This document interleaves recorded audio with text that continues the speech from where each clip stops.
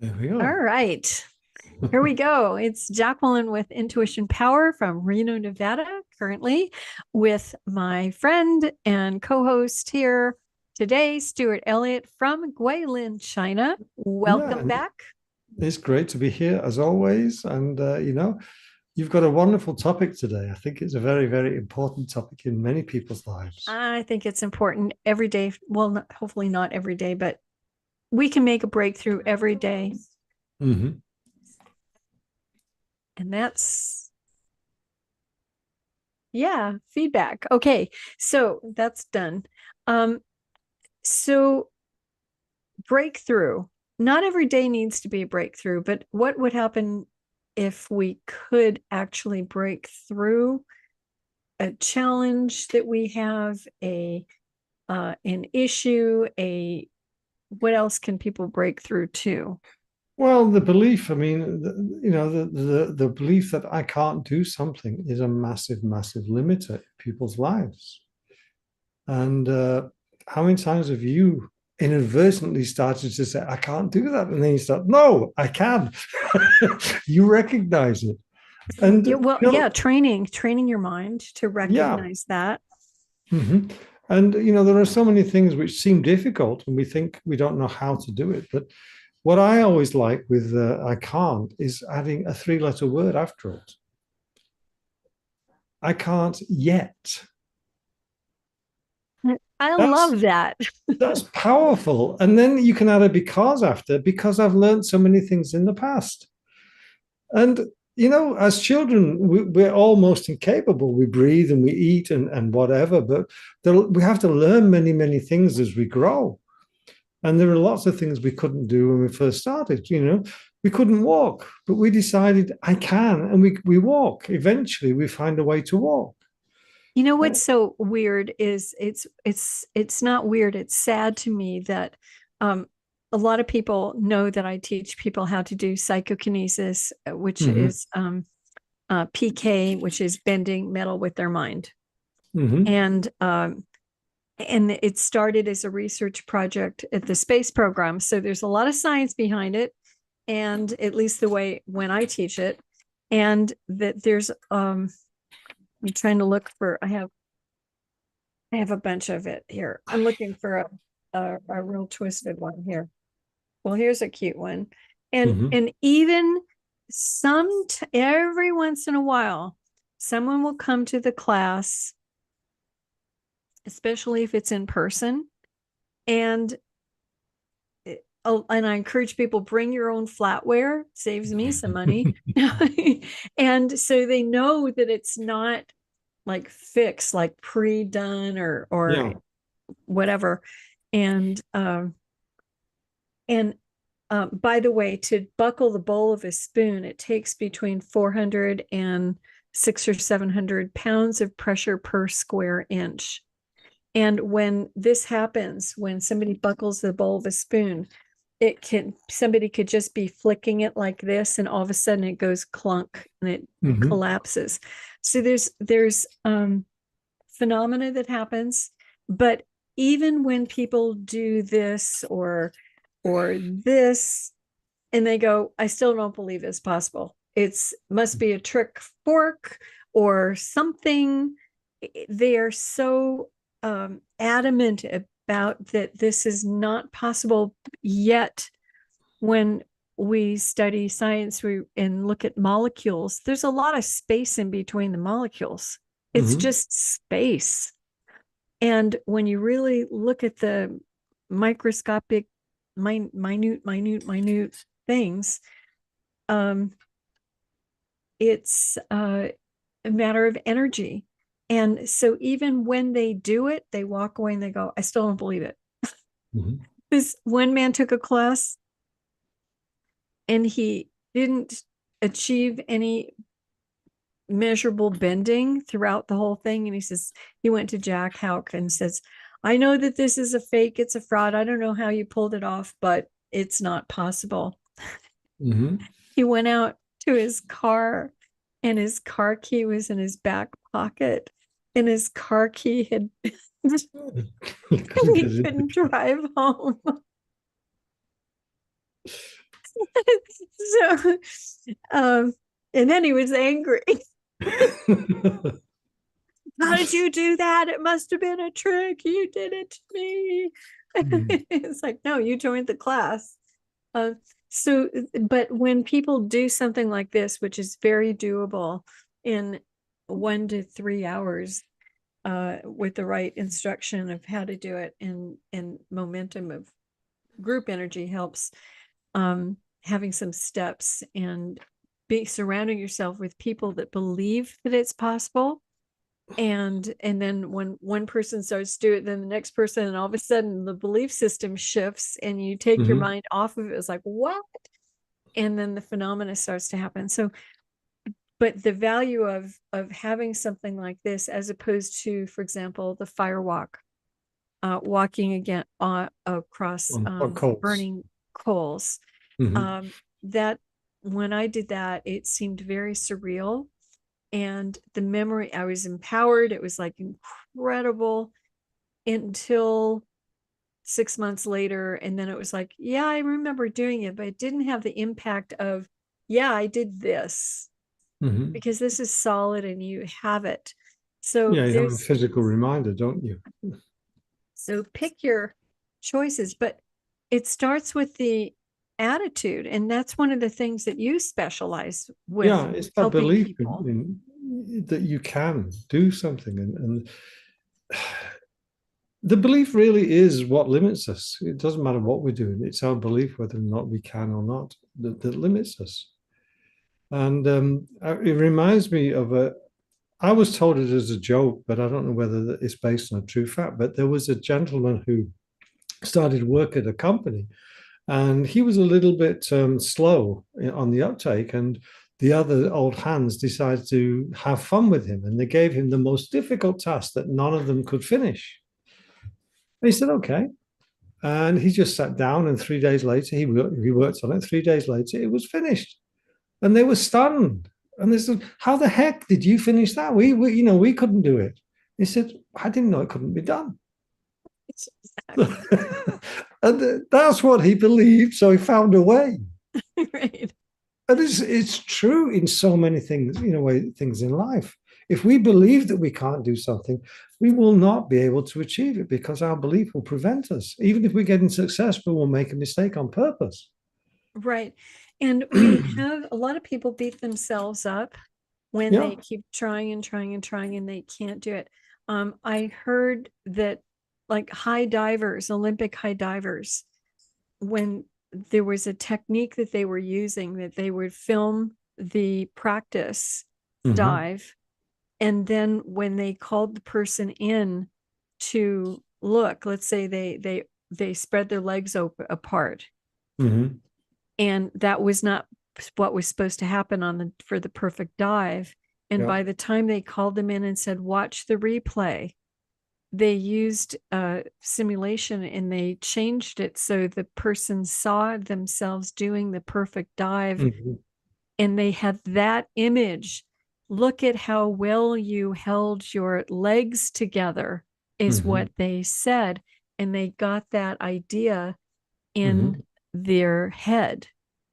And they would do these minor, sometimes major corrections to get the image in their head. And so many self-help gurus or books on success talk about imagination, visualization. And a lot of people say, they come into my ESP intuition power courses and they go, I can't visualize. I don't visualize. And have you ever had a dream at night that you woke up and you had a dream? Oh, what do you call that? Oh yeah, different. I guess I visualized. That's different. That's different. But they can still imagine. Some people feel, some people hear. They respond to auditory cues and reminders. So you have conversations with people that integrate all kinds of things. Yeah, I mean, again, it's about challenging the belief that we've been given or we've picked up on for somewhere, somewhere along the way in our life. I mean, you told one of your classes you had a child who was there who picked a coin up and stuck it to the wall without any glue or tape or anything. He just did it because he thought he could. No, that's all of us now in my class. I leave that in the class because somebody yeah, somebody showed me to do that. And so I practiced for 3 months to see if I could, to practice because I saw it done. And then I did it immediately, but it stuck to my finger when I held it up to the wall. And it's like stick, stick, stick. And then I took my hand away, it was sticking to my finger. And she laughed and she said, "You know better than that. You have to be specific, stick to the wall." It's like, okay, stick to the wall, stick to the. I said, "Do you have to like press really hard?" No, no, no. You just hold it up there, run the energy through and command it, say what you want. Mhm. And then I did it and I took my hand away. It was like it stuck to the wall for about a minute and a half. And I'm going, Yeah. it shouldn't have stuck there for. So I practiced at home for 3 months. And finally, I was able to do it well enough, consistent enough to integrate it into the class. And Mhm. then, and Jack had already passed on. And so I didn't have the scientist to ask what was the phenomena. But then one of the 20-year-olds in one of the classes said, when we got to the sticking coins on the wall, said, raised his hand. I said, "Do you have a question?" He said, "No, I just want to let you know last week I stuck a spoon to the wall." I said, "Seriously? Like, what do I know?" And he goes, "Yeah." And I grabbed one of my spoons and I said, "Show us." And I grabbed my camera and we watched over the wall. And first time it fell down. And then the second time he was holding the spoon, like if this is the wall, he was holding it like this up Mhm. against the wall, just with two fingers. And then after about a minute, he let go and the spoon stuck to the wall. And I'm like, Interesting. and for some reason, by then it was okay to see coins sticking to the wall, but spoons.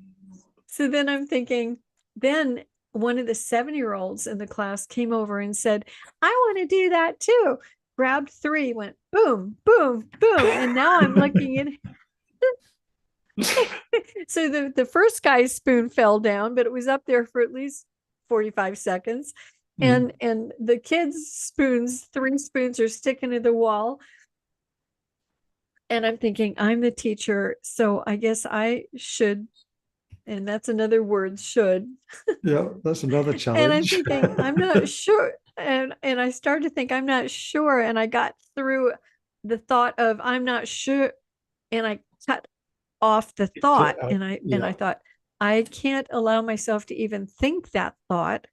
Mhm. And then I'll flip to positive affirmation. Yes, I can. And that's kind of flat because I don't really believe it. Mhm. So Yeah. I can say, yes, I can, but that's not going to necessarily work. And I thought, you know what? They did it with PK. I can do PK, psychokinesis, and I'll just use PK and I'll see what happens. Mhm. And I started, and then there's something called the release, let go. And in the class, we learned something called laughter yoga Mhm. to take your mind off everything. And so I wasn't feeling like I was letting go of the energy. And I thought, oh, laughter yoga, this is ridiculous. So I started laughing. And then I felt it. And I took my hand away and my spoon stuck to the wall. And I thought, okay, now we're doing something new in the class as well. Um, Mhm. so there are different stages. And there's so many levels of phenomena that are real, that are learnable. But I think the key is the internal, the stages. And I know a couple people that uh, they're constantly putting themselves down, and Yeah. life is so challenging for them. And it's sad to me. Yeah, I mean, again, it comes down to their belief, how they picked it up. That's something else. But they've created that limitation within themselves. And if you compare it to a very young child, they don't have that limitation. They've not learned those limitations. And you've probably seen it, you've probably heard of it from other people. You can't do that. And the child just does it. You think, what the heck, well, the child doesn't know it can't, so it Right, does. And that's the beauty of it. And right. we've all heard stories of a mother whose child has been trapped under a car. They don't stand there and think, I can't lift that car up. They just go and lift it up and pick it and help the child because they don't have a doubt in that split second. Right, right. Something And it is that overrides belief. their programming. Yeah, yeah. And sometimes it's challenging to override the program because the problem with programs is we practiced them and perfected them day after day after day of our lives, and we've entrenched that belief so hard it's not always easy to break it. And that's why hypnosis can be a beautiful thing because it helps you to step outside that programming. Yeah, it's a pity that more people don't believe or recognize or even know about the power of hypnosis working with when you work with someone like yourself.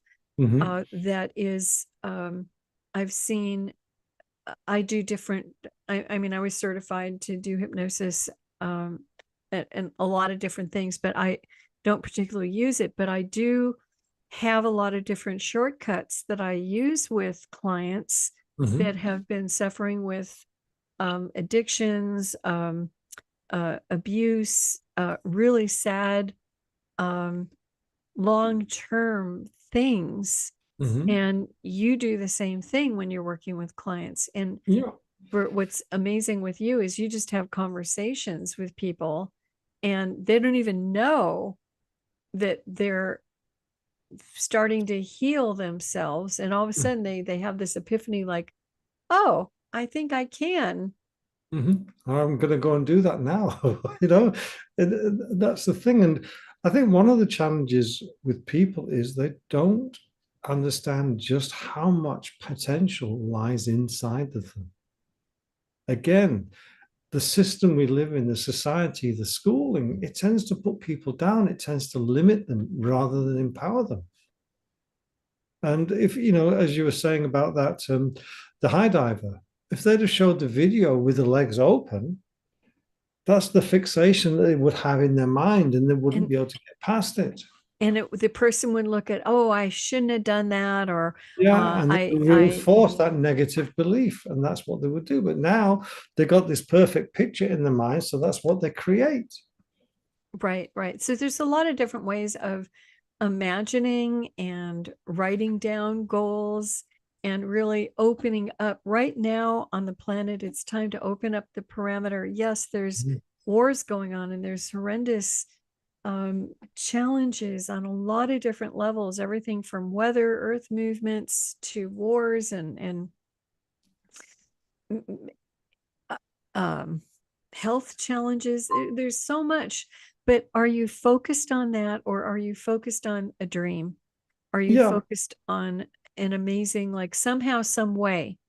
yeah, just like you mentioned earlier on today before we went on air, Walt Disney. I mean, that's the most perfect example. He had a belief that he could, and he found that Right, way, even though people tried to put him down. right. And there was a very wealthy man at the time. He became very famous, also Art Linkletter.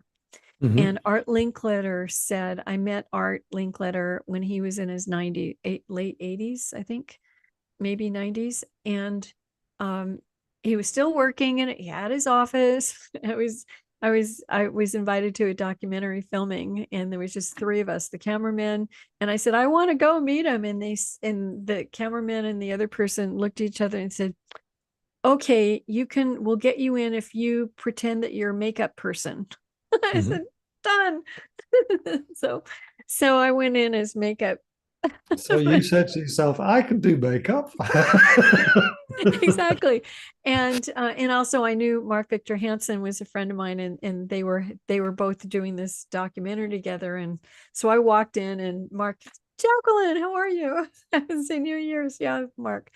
So it was really fun, and I got to meet him. I had him on my Mhm. list, and he said one of the biggest regrets I had in life was when Walt Disney, when it was an empty field of nothing, it was Mhm. like swampland or something. Not uh, Disneyland was on the empty fields of nothing. There was nothing there in Anaheim. And he said, "Can't you see it, Art?" He said, "Over there, there's going to be Frontierland, and over there, it's going to be this and whatever land." And he says, "This is going to be the happiest place in the world. Can't you see it?" And he was like painting the picture. And Mhm. Art basically said, "I think you're crazy, nuts. I'm not investing." And so decades later, he said that was the worst um, Decision. decision choice I made, but I made other better choices and I did really well in life, and I have no regrets except for that one. I should have Mhm. listened and paid attention to my friend Art Walt Disney. Mhm. So it's interesting that sometimes you can't, sometimes goals or visions to build something that huge seems crazy. Mhm. And if that vision came to you, now is the time to really start writing it out. Like, if I were to do something like that, how would it be? How would it Yeah. feel? And work on that feeling, and don't dismiss the vision with an I can't. If it's true that some things we can't do yet. Yet, We have to learn or do some other things first, but we can still do them yeah. because we've And learned so many things in the past. And that word yet is a very beautiful thing. If you ever catch yourself, saying I can't, just add yet, and it yeah, will I change your love whole that. mood.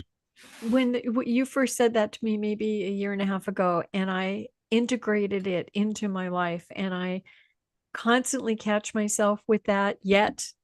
And with friends, I'm always adding yet. And I'm finding that people are starting to catch on to It's that very yet. empowering instead of limiting. Without the three letters, I can't becomes limiting. But if you put yet, it's very empowering. It's just such a beautiful mix. Right. You're on the journey. Yeah. So if you take anything away from today, yet add it to I can't. I tell you, it And makes a also difference. take a look at is there a hidden dream, something from childhood or your teenage, whether it be something creative, you wanted to write a song or a Mhm. poem, or um, take a dance class or become a dancer, or whatever it might have been that you didn't get to do yet. Yeah, there you uh, are. Really, now's the time to really explore. And if you have any kind of difficulty in getting past that, I can't, it it uh then ask for help. Ask, Mhm. book a complimentary session with Stuart, or have a session with me, and we'll help you to really realign with your life purpose, with your creative life purpose, and Mhm. to really move forward. Things are moving very, very quickly, and you never know who you're going to meet or what opportunity is there on the horizon that's going to be there tonight or tomorrow. You just Yeah, never and know. who was it who said opportunity doesn't come knocking? Doesn't come when? Knocking doesn't come Not, knocking at the door. well, You sometimes have to it go out. does. Yeah, but generally you have to go out and do something for it to be recognized. I mean, there was a joke or something, but it's based on truth that there was some big floods and the guy was trapped on the roof of the house, and he says, a boat came to rescue. He says, no, no, the Lord, I believe the Lord will help me. And three times it happened, and then eventually he drowned and he went to heaven. And he said, you know, what happened? He said, I sent 3 boats for you. You just dismissed them because he was looking for something else. So you know, Bill, you know, if it's there, it's waiting for I you. heard Reach out it and that grab that it. first there was a rowboat that came by. Come on, get in. No, God will Yeah, save me. And yeah, then something else came. No, God will save me. Then a helicopter grabbed the rope. No, God will save me. It's like, yeah, God, what happened? What's wrong with you? I sent a boat and a boat and a helicopter. yeah. You know, and that's what we do. That's the way a lot of us go through life. I've been there myself until I Yeah, recognized that it was me that was the blockage, right. not I something just external. I just worked with someone who had a challenging circumstance, and their um the circumstance got them to wake up instantaneously to I don't want to give any details, uh to um the fact that they immediately had to give up alcohol Mhm. and straighten out their life, because they thought they did, and they went clean and sober a while ago, but then they thought, oh, I'm good now, I can control it. Okay, yeah. And they got back on the bandwagon of, not the bandwagon, they got back into drinking more than they should have, Mhm. and bam, tripped on a dog, went flying, jaw sewed shut, cracked their jaw in 3 places, and learned with some other things involved to complicate the situation. uh it's like that was quite a wake-up call. Yeah, And and sometimes some people need that wake up call, but others they can just do without the hardship that's, you know, the wake up call. right. So then I got to help work with helping release the stress Hmm. of that, and help to stabilize in that new place. So it's sometimes it's important, it's very helpful to get help, to Yeah, I mean, invest the time, we the all money, need help. We all whatever it need. is. I mean, if you think about it, how do we learn to grow? Through encouragement, not grow, to walk through encouragement. We believe we can, but we get encouraged. That's the help that we need. We need someone to talk to share with, and that gives us that power. Right. So if someone wants to contact you, Stuart Elliott, how do they do that? They go to my website, which is Coach Stuart, CoachStuart.com, and they'll find the button to press to contact me and book a free subconscious strategy session, which will, I tell you, it will blow your mind in so many beautiful ways. He's really good. That's why I have him on the show every week with me, that he can make it. Um, and it's really time to transform. Things are moving Yeah. very, very quickly. Mhm. And if you're stuck or feeling frustrated, reach out, whether it be contacting Stuart Elliott or myself through Intuition Mhm. Power, or someone else that you get referred to, or that you Yeah. find you feel a rapport with. Reach out. This is the time to invest in yourself and really help move past any blocks, limitations, restrictions, and awaken to the dream that's possible. We're all children of God having a human experience, and um, we're here to help you. Yeah, and you know, the world is a better place when you're helped because you can help other people just by the energy that you put out there. So the more help you get, then the more people can be helped. Right. So reach out. We're here for you. And Share, tell oh people, yeah. because you don't know who needs to hear the message or one little part of what we've spoken about today and can change their life. Right. Thank you very much for sharing this, because again, you're right. You never know who this will reach. And it Mhm. might just be something that somebody says that saves a life, or a idea goes off like, oh my God, I hadn't thought about that. And then the next thoughts are things, and they help co-create reality. Adding Mhm. emotions to those thoughts also is a powerful way. And so hopefully you're going to have lovely week, and we'll see you next week, hopefully. Yep, we'll be here and go have fun and add that word. I can't yet. Yet. Yet. Yeah, write down some of the things that you are working toward yet. I'm working toward blah, blah, blah. And one little step at a time, even if it's 5 minutes a day. Yeah. So, okay, I'll see you next week, hopefully. Yeah. Have a And really thank you great for one, watching. everybody. Definitely. And